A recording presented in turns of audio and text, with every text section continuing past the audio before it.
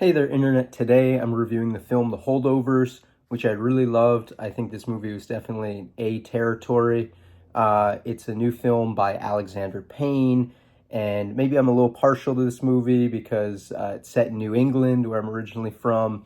It's set in the 1970s, and it's basically about Paul Giamatti, who is a teacher there, who's very pessimistic, and he has a group of students that he has to watch over called the Holdovers. They're the kids who are not able to go home for Christmas for a variety of reasons.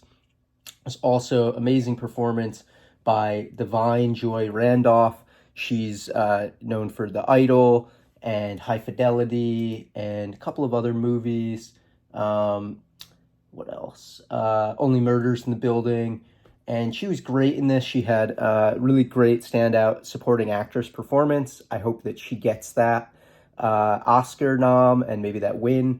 And also, if you really love Paul Giamatti's other work with Alexander Payne, Sideways, I think you'll definitely enjoy this film. What else can I say? Paul Giamatti is excellent at playing these pessimistic, witty characters. He might be a front runner for the Oscars this year for Best Actor and get that Oscar they probably deserve for Sideways. And Alexander Payne, it's really a return to form. I know his last movie wasn't really my cup of tea, but this one certainly is great. The soundtrack is wonderful. The New England setting with the snow is just really magical and really makes you ready for the holiday season.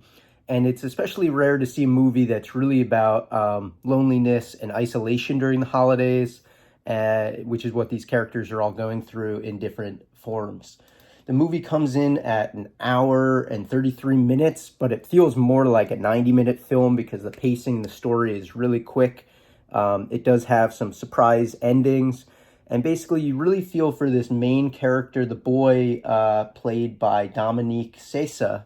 I'm probably butchering the pronunciation there. 21-year-old kid. This is really his breakout performance. And his mom and stepfather have abandoned him for the holidays, and he's basically all on his own. There's also a couple of other kids who are staying at the college too. One kid called Kuntz, not Coons, not like my last name, and he's kind of a jerk, and they make fun of him a lot as being like the real jerk of the group. So I found that especially kind of funny. Whenever you have a character that has a name similar to your last name, you're just kind of partial to it. But again, I think this is really a movie that connects for Paul Giamatti. His dad was a headmaster at Yale, I believe. And so he definitely is taking a lot from his personal life and putting it into this character. The character has one fake eye, so that's also kind of interesting. And the cinematography and music, it just feels like a really 70s movie that was made today, which is really unique and different. I definitely see myself rewatching this one, coming back to it maybe every holiday season and taking something else more from the film. They go from New England to Boston at one point, and all of the characters kind of go through their little evolution and change. And I don't really want to give away too much of the plot because I think it is in the mystery of what's going to happen that you really get enjoyment. But I will say Divine Joy Randolph has an amazing scene where she breaks down at one point. They announced this in the beginning of the film. Her son died in Vietnam, and so she's going through the holidays all alone without her son.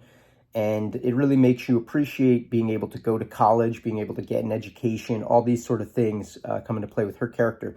She's the cook for all the students at the school, and she's sadly fallen onto alcoholism because of the loss of her son. She is really great in this, and if she doesn't get an Oscar nomination, I think the Oscars are rigged because she's truly one of the big standouts of this movie.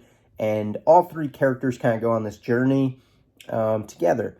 And yeah, there's so much I can say about the film, but again, it's a really return to form for Alexander Payne. I hope this also gets original screenplay nomination because screenplay is just really well done.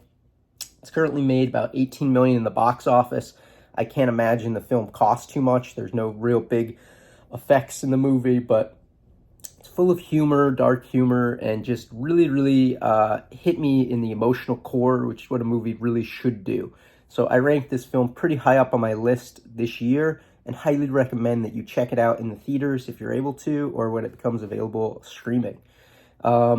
Anyway, that's my review for today. Tomorrow I'll be reviewing Maestro, which I didn't really care for too much. If you're interested to check that out, hit that like button, hit that subscribe button, hit that notification button, and I'll see you in the next review. Peace.